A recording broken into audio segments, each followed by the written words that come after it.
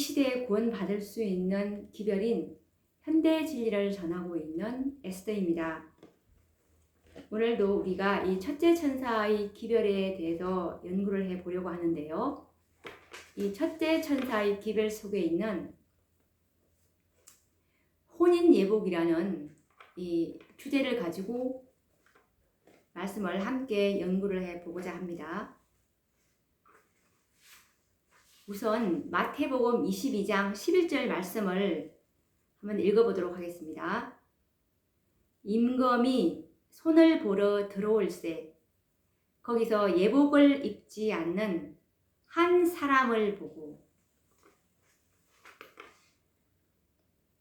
우리가 지난 시간에 이 다니엘 8장 14절에 2300주야까지니 그때 성소가 정결함을 입으리라. 그리고 계시록 14장 6절에 그의 심판하실 시간이 이르렀으니 라는 이 주제를 가지고 연구를 했는데요. 이 계시록 14장의 6절에 이 첫째 천사의 기별은 바로 이 심판을 준비하는 기별이었고, 조사 심판의 시작을 알리는 기별이었고, 성소 정결을 준비하라는 기별이었고, 혼인 예복을 준비하라는 그 기별입니다. 이 모든 것이 이제 주님의 재림을 준비하기 위한 준비인데요. 이 다니엘서 8장 14절에 이 성소 정결과 그리고 다니엘서 7장 13절에 있는 그 말씀이 이제 예수님께서 아버지 하나님이 계시는 지성소에 인도되는 그 장면과 그리고 말라기 3장에 있는 3장 1절에 있는 이 언약의 사자가 지성소에 임하는 장면과 그리고 마태복음 25장에 열 처녀 중에서 이 5 슬기로운 처녀가 이제 이 혼인잔치에 들어가는 사건과 그리고 마태복음 22장에 나오는 이 혼인 예복의 비유는 다 같은 의미를 표상하고 있습니다. 모두 다 이 주님의 재림 전에 반드시 우리가 준비가 되어야 할 그 상태인데요.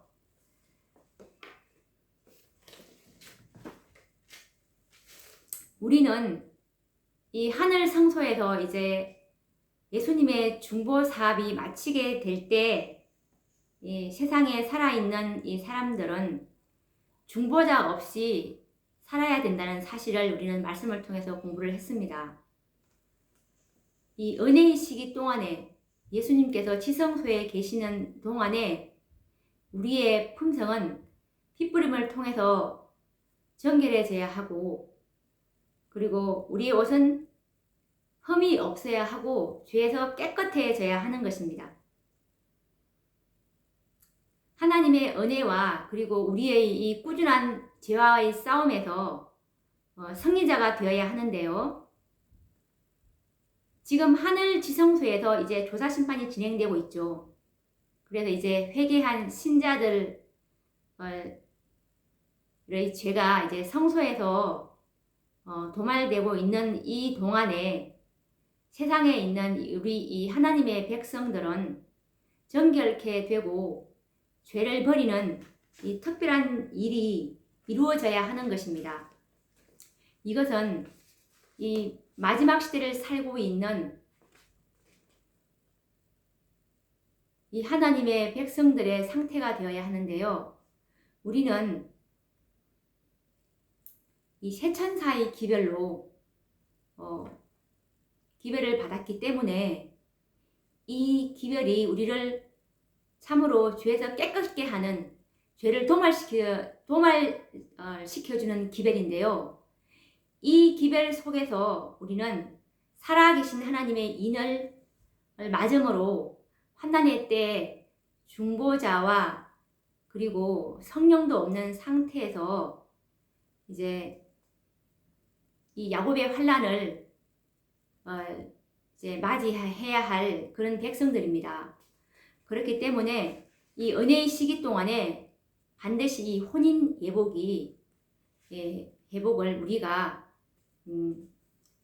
입고 있어야 되는 것입니다. 그러면 이 대쟁투 428페이지에 보시면 마태복음 22장의 비유에도 조사 심판이 혼인 예식보다 먼저 진행될 것을 분명히 나타낸다 라고 말씀을 하셨는데, 우리가 지난 시간에 그의 심판이 이르렀으니 라는 이 주제를 가지고 공부를 했습니다.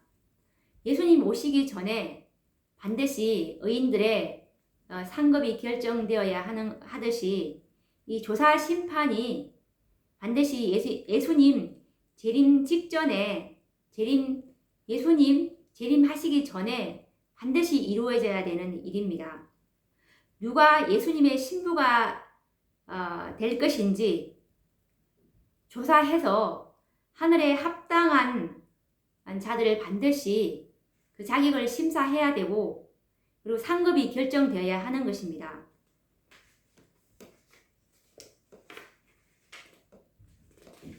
이 혼인잔치에 참여하기 전에 마태복음 22장에 보시면 손님들은 반드시 어떤 조사를 받게 되는데요.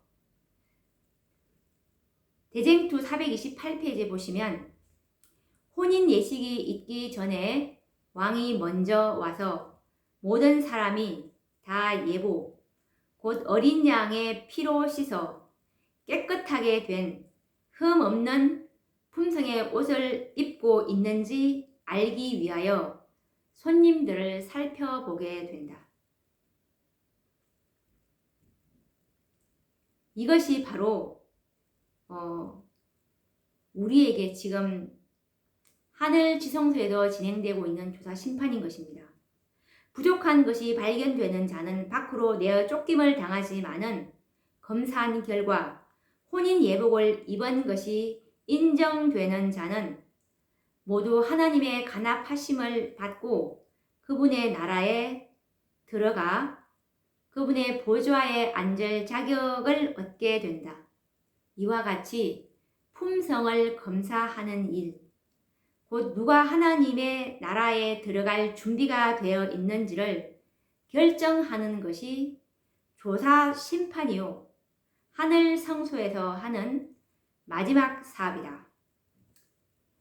결국 이 말씀은, 이 조사 심판은 품성을 검사하는 사업입니다. 누가 하나님의 나라에 들어갈 준비가 되어 있는지, 참으로 누가 혼인 예복을 입고 있는지를 검사하는 것이 오늘 이 하늘 지성소에서 진행되고 있는 조사 심판인데요. 이 죽은 자와 산 자의 조사 심판이 1844년도부터 이제 시작이 되었는데요. 아담 때 이후부터 죽은 이제 의인들의 이 심판이 이제 1844년도부터 이제 시작이 되고, 산자의 조사 심판은 일요일 법령 때 이제 완전히 이제 결정되게 되는 것입니다. 참으로 이 마지막 시대에 하나님의 부르심을 받은 제7일 안식일 예수 재림교인들의 사명이 바로 이것인데요. 바로 어린 양의 신부로서 그들은 특별한 소유로 하늘 성전에서 봉사할 자들로 부름을 받았고, 그리고 그들은 마지막 이 죄의 도마를 받음으로 인해서 사단이 그동안 하나님의 율법은 지킬 수 없다라는 이 율법 전쟁의 시작이 사단과의 하나님과의 이 대쟁투였는데요.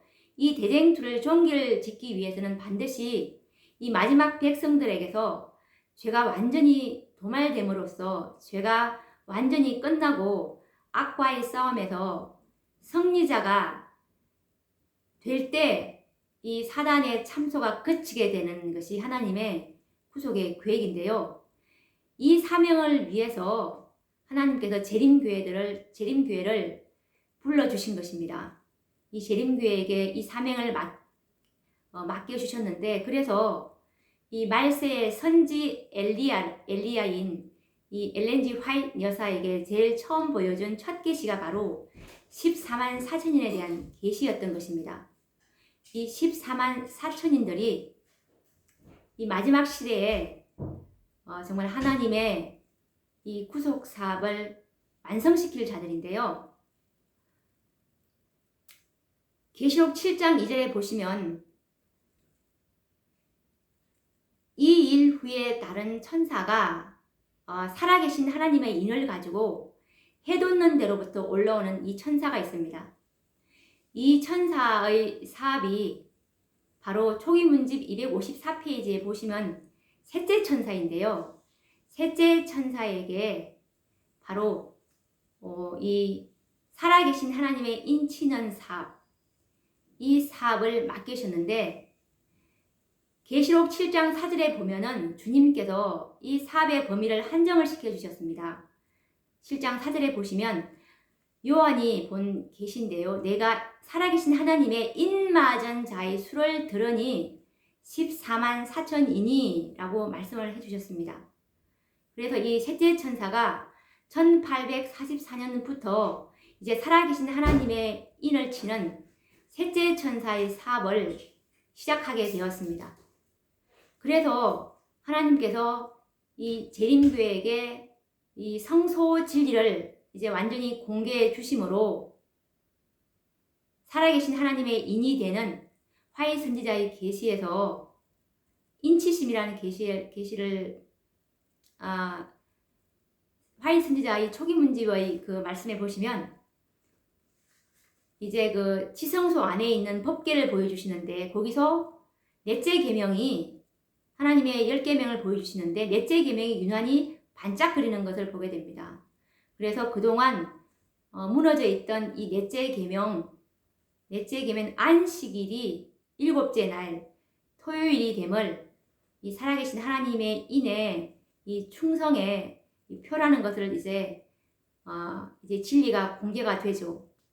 그래서 이제 이 율법이 이제 완전한 율법이 이제 공개가 되었고, 이렇게 해서 이제 이 살아계신 하나님의 인을 갖는 이들의 품성이 요한계시록 14장에 보시면 5절에 보시면 그들은 그 입에 거짓말이 없고 흠이 없는 자들이더라 라는 말씀이 있습니다. 이들의 품성은 참으로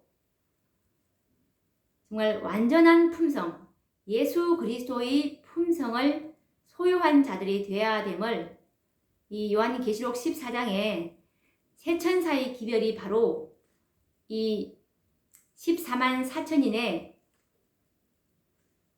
인들이 먹어야 되는 이 하늘의 기별이기 때문에 주님께서 이 기별을 재림교회에게 위탁을 하셨던 것입니다. 그렇게 해서 이 셋째 천사의 기별자들의 사명은 바로 이 14만 4천인이 가져야 될 혼인 예보, 점도 없고 흠도 없는 그분의 의를 우리가 믿음으로 우리가 받아야 되는 것이고, 그리고 우리들은 반드시 살아서 예수님의 재림을 맞이해야 할 살아있는 성도들이기 때문에 참으로 그분 앞에서 정말 설 수 있어야 되는 그런 상태가 도달해야 되는 것이 우리의 사명이기 때문에 우리의 회개는 생각으로라도 죄를 범치 않는 그런 회개와 자백과 고백으로 날마다 주님 앞에 나아가는 대속제일의 경험을 우리는 맞이해야 하는 것입니다. 그래서 이 리뷰 1901년도 2월 26일자 말씀에 보시면 혼인 예복의 비유를 주의 깊이 세밀하게 읽고 그것이 가르치는 교훈을 개인적으로 적용해 보라. 진리를 듣고 동의는 하지만 변화되지 않는 자들이 있다.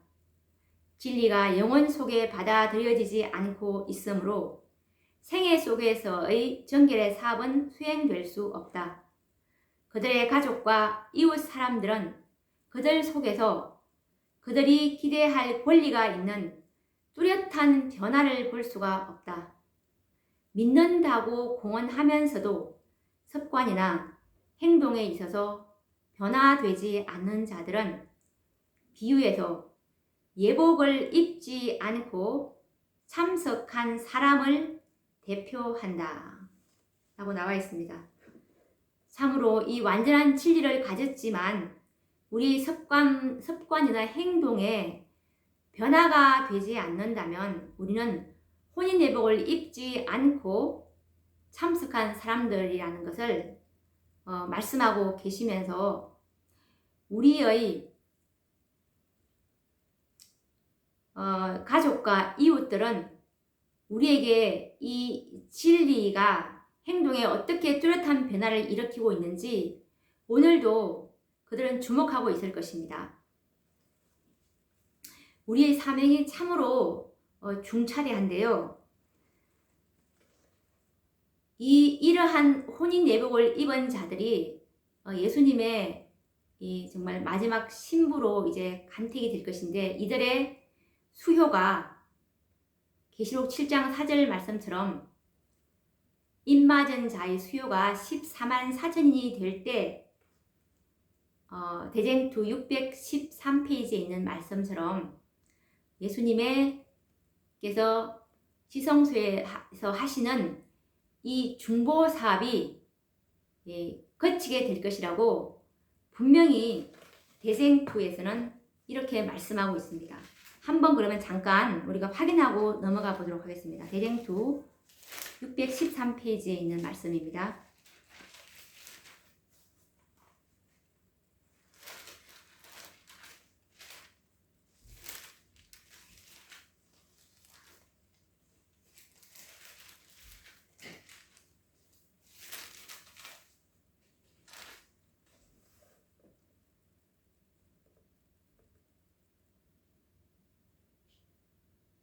마지막 시험이 이미 세상에 주어졌고 하나님의 계명에 충성한 것이 입증된 사람들은 모두 살아계신 하나님의 인을 받았다. 계시록 7장에 나와 있죠. 그때 예수께서는 하늘 성소에서 당신의 중보 사업을 거치신다. 그때에 예수님께서 당신의 중보 사업을 거치시는 것입니다. 살아계신 하나님의 인을 받았을 때 그것도 계시록 7장 4절에 입맞은 자의 수가 14만 4천이니 그러면서 이제 입맞은 자의 수요를 12지파 각 지파당 12,000 하면서 예수님께서 정확하게 그것을 설명해 주셨는데 이 12지파는 오늘날 이 육적 이스라엘을 말하는 것이 아니라 이 죄에서 승리한 이스라엘 12지파 승리한 12지파의 그 품성에 그 약한 품성들이 있지 않습니까? 르우벤은 너는 물의 끓음 같았은즉 위강은 초등하지만 물의 끓음 같다 라는 이 품성의 결함이 르우벤에서 있었기 때문에 정욕이 강하고 이런 것이 있지만 이 르우벤 지파 같은 경우에는 그것이 약점이었어요. 그런데 그것을 승리한 그런 것들을 말씀하고 계시는 것입니다. 그런데 여기서 이스라엘 12지파를 우리가 예전에 이 육적 이스라엘로 보면 안 되는 것이 이 살아계신 하나님의 인을 치는 시기가 바로 이 셋째 천사의 사업이 시작된 1844년도부터 이 살아계신 하나님의 인치는 사업이 시작되었기 때문에 이때 하나님의 이스라엘 백성들은 죄와의 싸움에서 승리한 약점을 가지고 있었지만 주님의 보혈로 승리한 자들을 가리키는 그런 말씀입니다. 그래서 품성의 특질들을 극복했기 때문에 이들이 그 지파당 12,000 하면서 이제 다 합치니까 14만 4천이라는 것을 주님께서 말씀하시는 것입니다. 그래서 여기서 보시면 이 살아계신 하나님의 인을 이제 다 개수가 됐을 때 중보사업을 거치신다고 분명히 나와 있죠.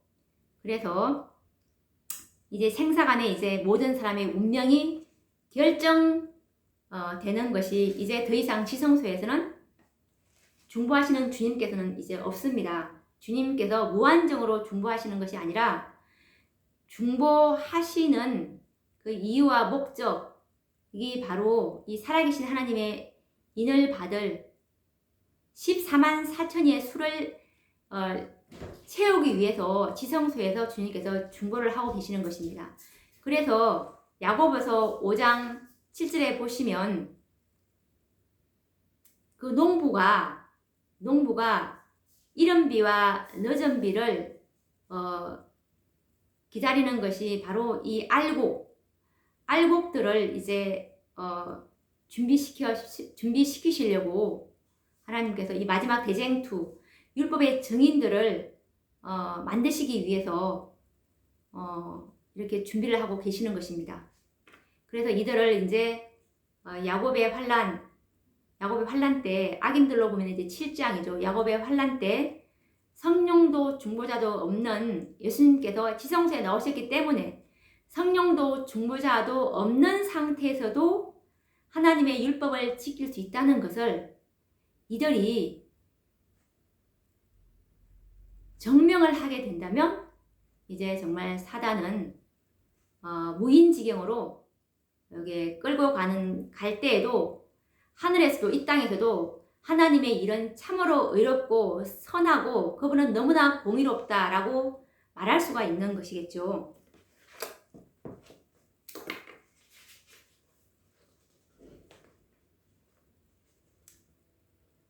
이 비유 가운데, 이 혼인회복의 비유 가운데 우리는 예수님의 참된 제자들이 갖추어야 될, 즉 14만 4천인들이겠죠. 이 살아계신 하나님의 인을 맞을 자들이 갖추어야 될 순결하고 흠이 없는 품성을 표상하는데요. 이것은 계시록 19장 8절에 있는 빛나고 깨끗한 세마포라고도 할 수가 있습니다. 그리고 이런 품성을 이제 이 마지막 교회인 티나 주름 잡힌 것이나 이런 것들이 없는 이런 교회, 이 교회를 하나님께서 이제 우리에게 주시겠다는 것이죠. 그분께서, 예수님께서 분명히 우리에게 이 마지막 교회 14만 4천인 교회에게 이렇게 만들어 주시겠다는 약속의 말씀입니다. 이 세마포는 그리스도의 의인 이 예수님의 품성을 표상하고, 그리고 믿음으로 예수님을 개인의 구주로 받아들이는 모든 사람들에게 주시는 그 흠이 없는 품성을 표상하는 것입니다.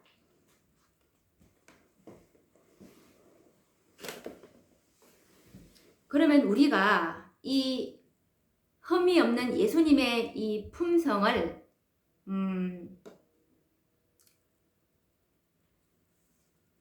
입어야 하는데 어떻게 할 때 이 옷을 입을 수가 있는지 실물교훈 312페이지에 나와 있는데 한번 읽어보도록 하겠습니다.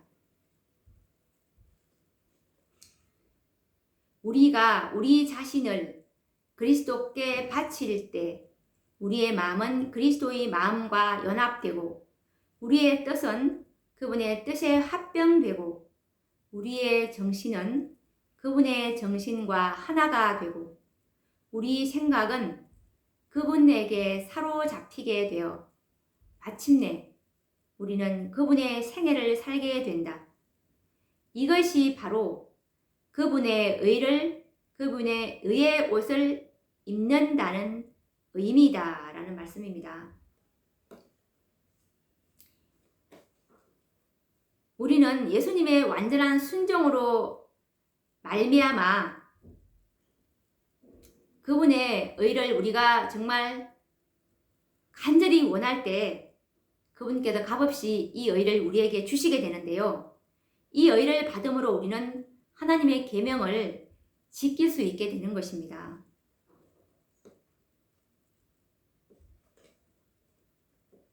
그러면 우리는 과연 이 혼인예복을 지금 입고 있는가 라는 것을 이제 자문을 해보게 되는데요. 교회 증언 5권 220페이지와 221페이지에 보시면 그대들은 준비하고 있는가? 그대들은 혼인 예복을 입고 있는가? 그 의복은 속임과 불순과 타락과 위선을 결코 가리워주지 않을 것이다. 하나님의 눈은 그대들을 주시하고 있다. 그것은 사상과 마음의 의도를 알아낸다. 우리는 우리의 죄를 사람들의 눈에서는 숨길 수 있을지라도 우리 창조주에게는 아무것도 숨길 수 없다. 우리가 이 정말 혼인 예복을 입고 있는지 하나님께서는 우리의 사상과 의도까지도 그분께서는 알아내시기 때문에 사람들에게서는 우리가 숨겨질 수가 있습니다. 행동은 가려질 수도 있지만 하나님께서는 우리 마음속에 있는 동기와 목적까지도 꿰뚫기 때문에 정말 그분 앞에서는 아무것도 숨길 수 없는 없기 때문에 정말 우리의 마음은 그분의 순결한 마음과 똑같아야 되는 것입니다.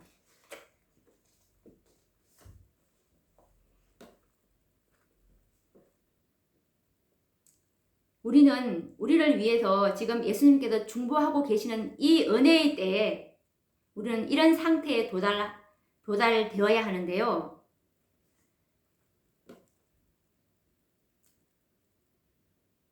그러면 우리가 어떤 상태까지 도달되어야 되는지 한번 또 구체적으로 알아보도록 하겠습니다. 화의주석 이사야 61장 1절과 3절 말씀을 보시면 주께서는 당신의 백성들이 슬피 우는 자들이 되는 것을 기뻐하지 않으신다. 하나님의 백성들이 하나님의 아들들이 누리는 자유를 누리도록 하시기 위하여 하나님은 그들이 죄를 회개하기를 바라고 계신다. 그렇게 되면 그들은 하나님을 찬양하는 마음이 충만해질 것이며 다른 사람들에게도 축복이 될 것이다. 그분, 곧 예수 그리스도께서 영광을 받으시게 하는 것.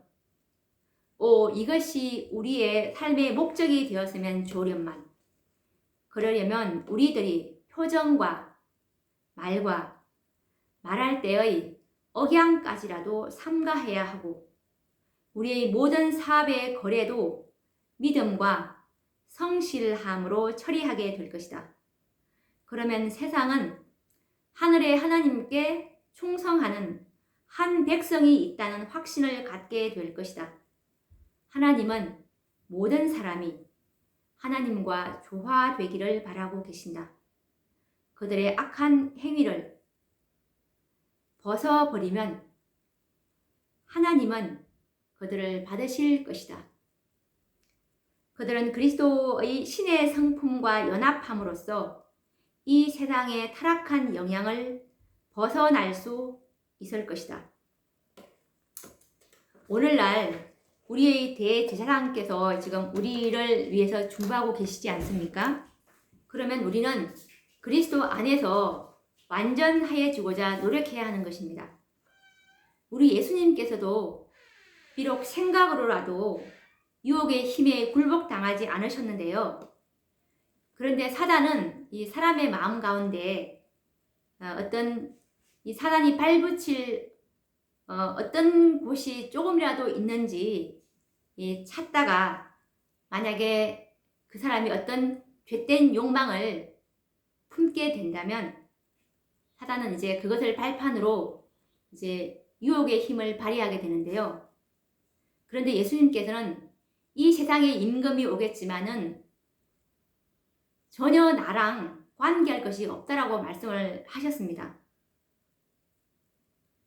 그래서 사단은 이 예수님에게서 승리를 얻을 수 있는 길을 전혀 발견할 수가 없었습니다. 그래서 사단은 예수님에게서 승리하지 못했죠. 이것은 바로 우리가 환난의 때에 서게 될 이 사람들에게 반드시 나타나야 할 상태인데요. 지금 우리가 이 혼인예복의 비유를 통해서 공부를 하고 있는데요. 이 화해주서 22장 11절에 있는 말씀을 보시면 이 혼인예복을 입어야 될 사람들이 과연 누구인지 또 우리가 또 확정을 할 수가 있는데요. 아까 말한 것처럼 이 혼인예복을 입을 자들은 살아계신 하나님의 입맞을 자들, 그 입에 거짓말이 없고 흠이 없는 자들로서 정말 이 마지막 교회, 티나 주름 잡힌 것이 없는 이 교회에게 나타나야 될 그런 품성인데요. 이 화해주석 22장 11절 주석에서도 이 혼인예복을 입고 있는 자들은 환난 가운데서 나온 자들이라고 나와 있어요. 읽어보도록 하겠습니다. 혼인예복을 입고 나온 사람들은 모두 다 큰 환난 가운데서 나온 자들임을 기억하라. 여기서 우리가 정말 이 마지막 때 이 라오디게아 시대에 구원받을 자들이 정말 이 14만 4천 살아계신 하나님의 인 받을 자들만 이 지성소에서 받는 완전함의 혜택을 받는 자들인데요. 이들로 우리를 지금 불러주신 것인데 막연히 예수님 믿고 구원받는 자들이 아닙니다. 이 마지막 시대에 하나님께서 우리를 불러주신 목적을 하나님의 계획을 정확히 알고 있어야 되는데요. 하나님의 계획은 이 마지막 시대 때 재림교회를 불러주신 이 목적이 바로 이 혼인예복을 입을 자신의 신부들로 우리를 불러주시고 이 하늘 성소에서 하늘 성전에서 새 예루살렘 도성에서 이제 하나님께 봉사할 자들로 불러주신 것입니다.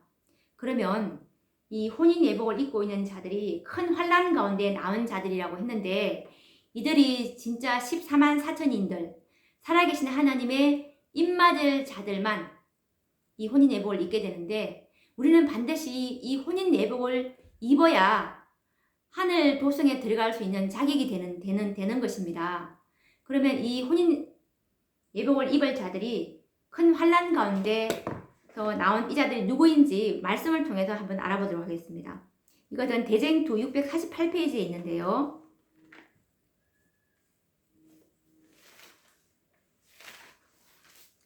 대쟁투 648페이지에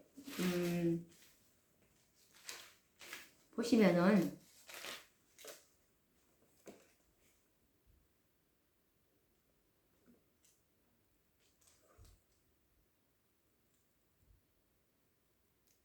짐승과 그의 우상과 그의 이름의 수를 이긴 자들의 무리가 보좌 앞에 있는 수정같이 맑은 바다, 불이 섞인 유리바다, 하나님의 영광으로 찬란하게 빛나는 바닷가에 모인다. 땅에서 구속받은 14만 4천 명은 땅에서 구속받은 자들은 14만 4천 명이라고 분명히 나와 있죠.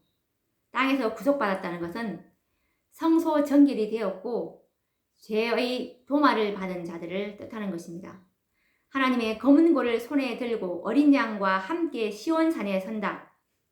그 노래는 14만 4천 명 외에는 아무도 배울 수 없는 노래이다. 여기서 분명히 14만 4천 명이 상징수가 아니라 14만 4천 명 외에는 아무도 배울 수 없는 노래라고 말씀을 하시고 그 노래는 14만 4천 명 외에는 아무도 이제는 부를 수 없는 노래이다. 왜냐하면 그것은 그들의 체험의 노래, 곧 어떤 다른 사람도 체험하지 못한 경험의 노래이기 때문이다. 그들은 어린 양이 어디로 인도하는지 따라가는 자며 살아있는 자들 가운데서 땅으로부터 끌어올림을 받은 자들이다. 지금 이 14만 4천인에 대해서 설명을 하고 있는 장면인데요. 어린 양이 어디로 인도하든지 따라가는 자들, 이들은 요한계시록 14장과 그리고 요한계시록 18장의 기별, 이 일 후에 다른 천사가 하늘에서 내려오는 것을 보니 큰 권세를 가졌는데 땅이 환하여지더라 라는 이 하나님의 마지막 계획이 땅이 환하여지는, 하나님의 영광이 온 땅에 이제 다 그 지식의 하나님의 품성의 영광이 온 땅에 알려지는 것이 하나님의 이제 마지막 계획인데요. 하나님의 성도들에게서, 백성들에게서 하나님의 영광이 나타나는 것까지, 이것이 바로 이 복음의 핵심 아니겠습니까? 복음은 하나님의 의가 나타나는 것이 복음인데, 이 복음의 최종적인 목적은 하나님의 영광입니다. 그래서 하나님의 영광이 우리에게서 나타나기 위해서는 반드시 요한계시록 18장의 기별까지 다 받아야 되는 것입니다. 이것이 바로 어린 양이 어디로 인도하든지 따라가는 자들이 되어야 하는 것입니다. 이 요한계시록 18장의 기별을 받지 않는 자들은 하나님에게서 버림받을 것이다 라는 그 우리가 리벤 헤를되어 있는 그 말씀도 있지 않습니까?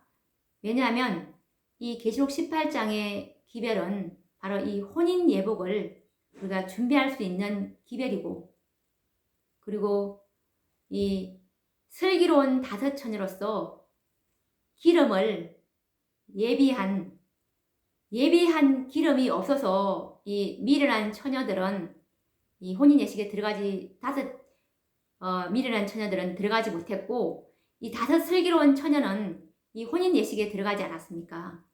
왜 5명이겠습니까? 이것은 바로 요한계시록 14장에 있는 세 번의 기별과 그리고 요한계시록 18장에 있는 두 번의 기별, 계시록 18장의 2절에 힘센 음성으로 라는 그 네 번째의 기별과 계시록 18장에 18장 4절에 내가 또 들으니 하늘로서 다른 음성, 이렇게 해서 이제 18장 2절에 힘센 음성과 18장 4절에 내가 하늘로서 또 들으니라는 이 마지막 음성인 18장에 두 번의 음성이 있었죠. 그래서 계시록 18장에 세 번의 기별과 계시록 18장에 있는 두 번의 기별로 합해서 이렇게 5번의 기별까지 전진해 온 자들만이 혼인 예복과 그리고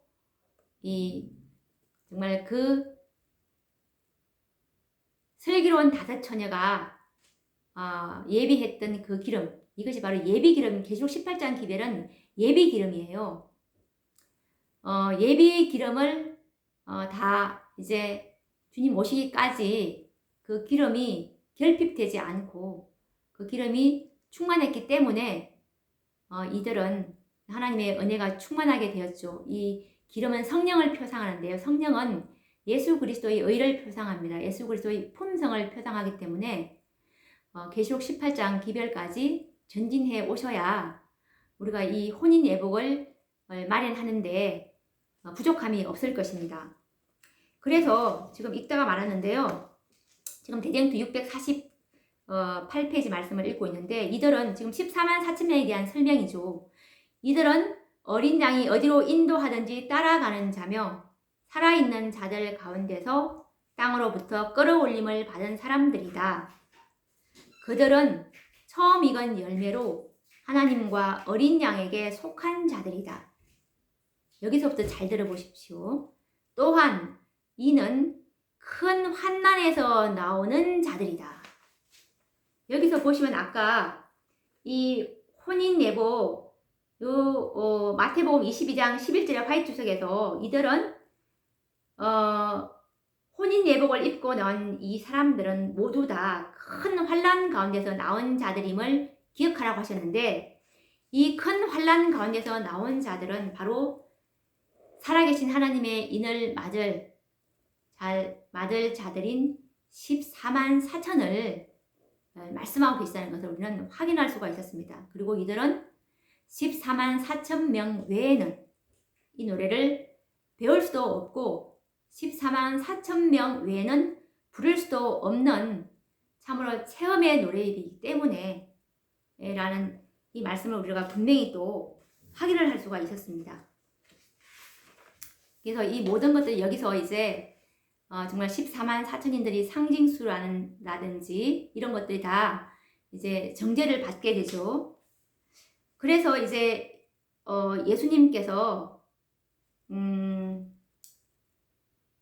이 말라기서 3장 1절에서 이제 이 3절 말씀까지를 보면 예수님께서 이제 언약의 사자가 지성소에 임하시는 장면이 나오는데 바로 이 살아계신 하나님의 이 어린 양의 신부 그리고 이 마지막 율법 전쟁에서 이 정인들을 만드시기 위해서 그분이 하실 일이 잘 표상이 되어 있어요.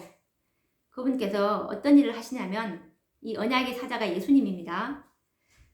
대제사장 예수님을 표상하고 있는데요. 그는 금을 연단하는 자의 불과 표백하는 자의 잿물과 같을 것이라. 그가 은을 연단하여 깨끗게 하는 자같이 앉아서 레위 자손을 깨끗게 하되 금, 은같이 그들을 연단하리니 그들이 의로운 제물을 나 여호와께 드릴 것이라. 여기서 예수님께서 우리를 금을 연단하는 자의 불, 표백하는 자의 제물과 같이 우리를 깨끗하게 성소를 정결하게 해주고 우리 마음의 성소를 정결하게 해주고 그리고 우리의 죄를 도말시켜 주실 것이라는 이 약속입니다. 주님께서 우리를 그렇게 해주실 것이라는 약속입니다. 그런데 주님께서 누구를 그렇게 하냐면 이 레위 자손을 깨끗게 하시겠다고 약속하고 있는 장면인데요. 이 레위 자손은 14만 4천을 표상합니다. 이 레위 자손은 성전에서 봉사할 자들인데 예전에 이 모세 시대 때 정말 모두 다 금으로 만든 우상을 숭배할 때 그들은 충성스럽게 하나님을 선택한 자들이 되어서 이제 이 레위 자손이 장자를 대신해서 성소 봉사를 하게 되지 않았습니까? 그래서 이 레위 자손은 이 말라기서 3장에 나오는 이 레위 자손은 예수님께서 언약의 사자로서 지성소에 임하시는 이때 이 레위 자손은 누구를 가리키겠습니까? 이들은 바로 살아계신 하나님의 인을 맞을 자들, 성소에서 성전 봉사를 하게 될 자들인데 이들을 깨끗하게 하시겠다는 것입니다. 그러면 참으로 제 도말을 받을 자들은 14만 4천 밖에 없겠죠. 그러면 이 14만 4천인들이 참으로 하늘 성소에서 성전 봉사를 하게 될 자들인지 우리가 또 성경을 통해서 확인을 또 해보도록 하겠습니다. 이것은 계시록 7장에 나오는 말씀인데요. 7장에 보시면 구원받은 두 무리가 나옵니다. 한 무리는 14만 4천의 인침이 있고요. 그리고 계시록 7장 9절에는 큰 무리가 있어요. 그런데 계시록 7장 9절에 있는 이 흰옷 입은 자들이 이제 누구냐면 아담 때 이후부터 이제 1844년 이전에 살아계신 하나님의 인을 치기 전까지 이제 구원받을 사람들, 정말 허다한 사람들이죠. 셀 수 없이 많은 사람들인데 이 사람들을 지금 설명하고 있는 장면입니다. 이 흰옷 입은 자들, 큰 무리가 흰옷을 입고 있다고 계시록 7장 9절에 나와 있죠. 그런데 계시록 7장 13절에 보시면 또 한 이 흰옷 입은 무리가 나와요. 그런데 이 흰옷 입은 자들이 누구인지는 계시록 7장 13절부터 이제 17절에 보시면 이들에 대한 설명이 나오는데요. 이들은 바로 큰 환난에서 나오는 자들인데 이들은 7장 15절에 보시면 하나님의 보좌 앞에 있고 또 그의 성전에서 밤낮 하나님을 섬김에 보좌에 앉으신 이가 그들 위에 장막을 치시겠다고 하셨습니다. 이들은 하늘 성전에서 하나님을 섬기게 될 것이고, 그리고 하나님과 함께 이제 그들이 같이 살게 된다는 뜻입니다. 이들은 우리가 잘 알다시피 이제 우리가 재림하고 나서 우리가 이제 1000년 동안의 하늘에서 이제 그 악인들의 이제 심판을 우리가 하게 되는데요. 1000년 뒤에 재림하고 나서 이제 1000년 뒤에 우리가 이 새 하늘과 이제 새 땅이 이 땅에 내려오게 됩니다. 감람산 위에 내려오는데 이 지구가 이제 하늘나라의 도성이 되는 셈이죠. 그래서 이 지구에 있는 새 하늘과 새 땅, 이 지구의 새 하늘과 새 땅에 이제 새 예루살렘 도성이 안착하게 되는데 그 도성 안에서 우리는 직접 하나님을 섬기고 하나님을 매일 같이 보면서 대면하게 될 자들을 말하고 있는 것입니다. 그래서 이렇게 예수님께서 이제 이렇게 우리에게 지금 혼인 예복을 입혀주시려고 이 말라기서 3장에 있는 말씀처럼 우리를 정결케 하는 일을 지금 하고 있는 것이죠. 정말 할 말씀은 지금 너무나 많은데 시간이 지금 거의 다 가서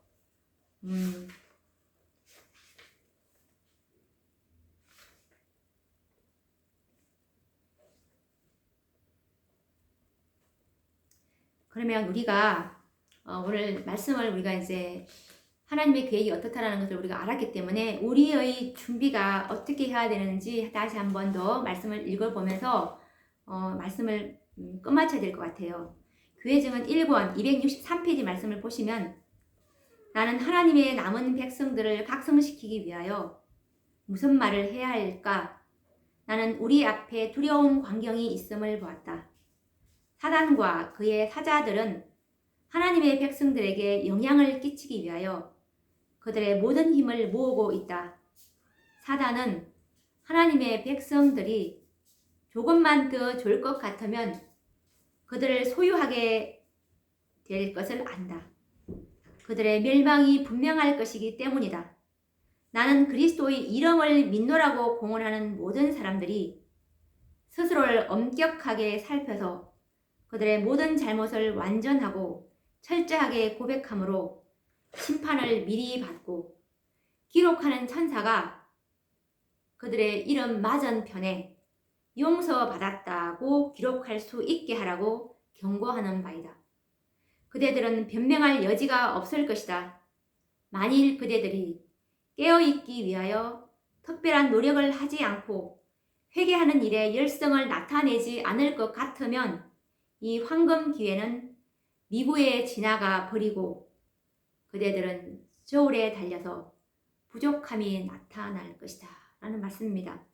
참으로 우리가 이 은혜의 시기 동안에 정말 생각으로라도 죄에 굴복하지 않고 정말 예수 그리스도의 사랑과 정말 그분의 동정과 관용이 우리 속에서 정말 차고 넘치도록 받을 수 있는 이 은혜 받을 만한 때에 은혜를 충분히 받아야 될 것 같습니다. 그러면 또 다음 시간에 말씀을 또 나누도록 하겠습니다. 감사합니다.